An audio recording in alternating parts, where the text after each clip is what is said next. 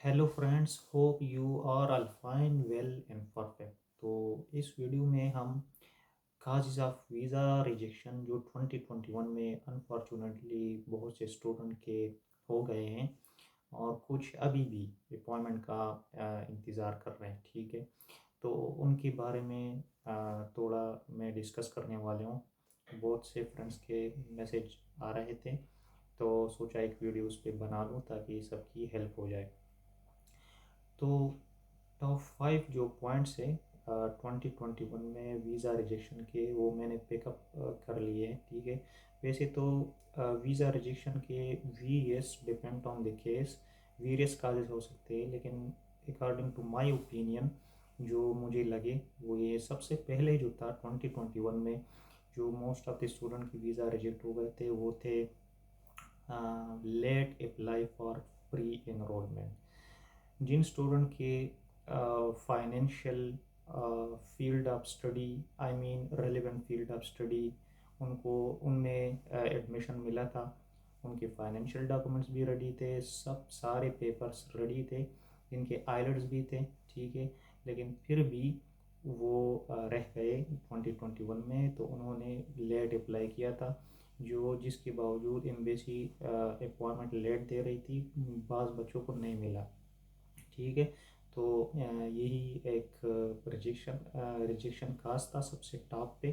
ठीक है, इससे सेकंड पे जो मैंने पिकअप किया तो वो है योर फाइनेंशियल रिसोर्सेज। ठीक है, आई मीन के आपकी जो बैंक स्टेटमेंट है, आपके जो फाइनेंशियल डॉक्यूमेंट्स है, उसको सही तरह एम्बेसी को रिप्रेजेंट करना। ठीक है, तो इसी वजह से बहुत सारे रिजेक्शन जो हर साल आते हैं तकरीबन, आपने बार बार ग्रुप्स में ये सीनियर से इस तरह सुना होगा। This is very very important, क्योंकि ऐसे एवरेज स्टूडेंट होते हैं जो जो फाइनेंशियली स्ट्रांग नहीं होते। ठीक है, लेकिन फिर भी वो अपना बैंक स्टेटमेंट इस तरह बना लेते हैं। ठीक है, तो वो एक प्रॉपर तरीके से वो बना देते हैं। ठीक है, जो अपने फाइनेंशियल एसेट्स है वो सही तरीके से उसके पेपर में रिप्रेजेंटेशन कराते हैं। ठीक है, तो उनकी वीज़ा लग जाते हैं। ठीक है, तो सेकंड पे यही था। ठीक है, बैंक स्टेटमेंट, बस मेरे फ्रेंड्स में भी है जिन्होंने 72 लैक्स 80 लैक्स इधर इसी तरह उन्होंने स्टेटमेंट शो किया था, लेकिन उनका सही प्रूफ नहीं था कि ये पैसों का चैनल क्या है, मतलब ये किस तरह आ रहे हैं सी अकाउंट में। ठीक है, तो बैंक स्टेटमेंट ये एक अलग, इस पे मैं एक वीडियो बनाऊंगा, ये एक बहुत बड़ा टॉपिक है किस तरह बनाना चाहिए। ठीक है, तो this was the second main cause of rejection जो मुझे लगा। इसके अलावा जो थर्ड जो मेन काज था वो था इररिलेवेंट फील्ड ऑफ स्टडी।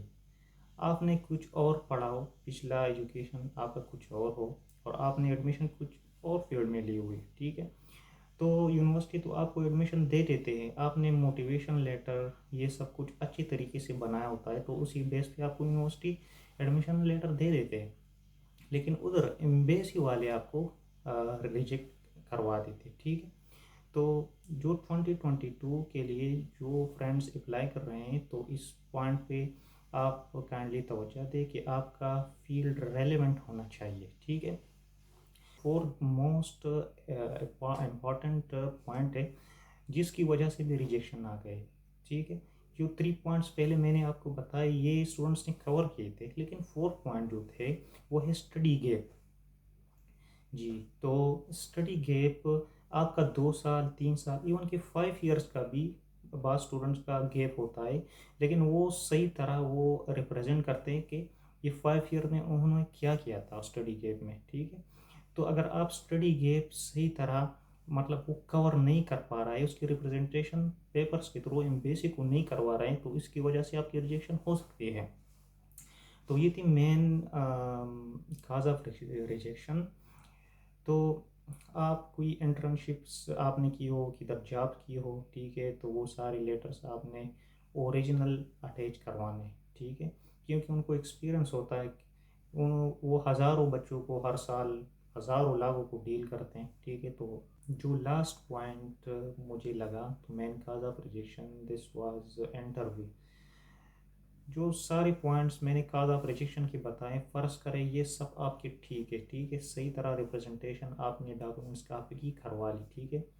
इसके बाद जो लास्ट आता है वो आपका आता है इंटरव्यू, ठीक है। तो आप कंसिडर को सही तरह आप सेटिस्फाई नहीं कर पाते, ठीक है।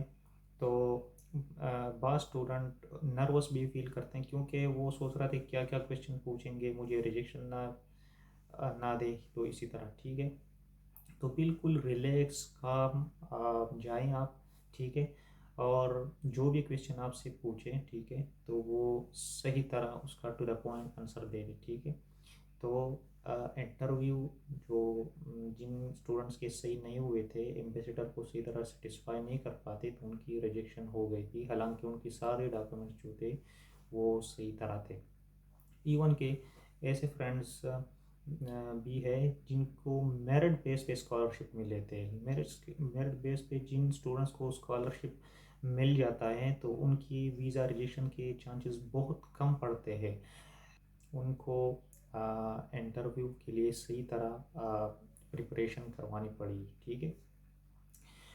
तो जो भी पॉसिबल क्वेश्चन है एम्बेसडर पूछते हैं, तो उस पर मैंने एक वीडियो बनाई हुई है, ठीक है। तो आप वो देख सकते हैं, ठीक है। सारे जो पॉसिबल क्वेश्चन हैं वो आपसे वो पूछ सकते हैं, ठीक है। तो ये थी कुछ काजेस ऑफ रिजेक्शन जो मोस्टली 2021 में हो गए थे। होप के 2022 इंटेक के लिए जो स्टूडेंट्स अप्लाई कर रहे हैं, ठीक है, दुआ है सबकी वीज़ा लगे। जो भी गाइडेंस है, जो भी क्वेश्चन है आपके, तो मुझसे कमेंट सेक्शन में आप पूछ सकते हैं, ठीक है। मैं हर किसी को रिप्लाई देता हूँ कमेंट सेक्शन में, ठीक है। तो okay friends, thank you, take care, ciao चाओ।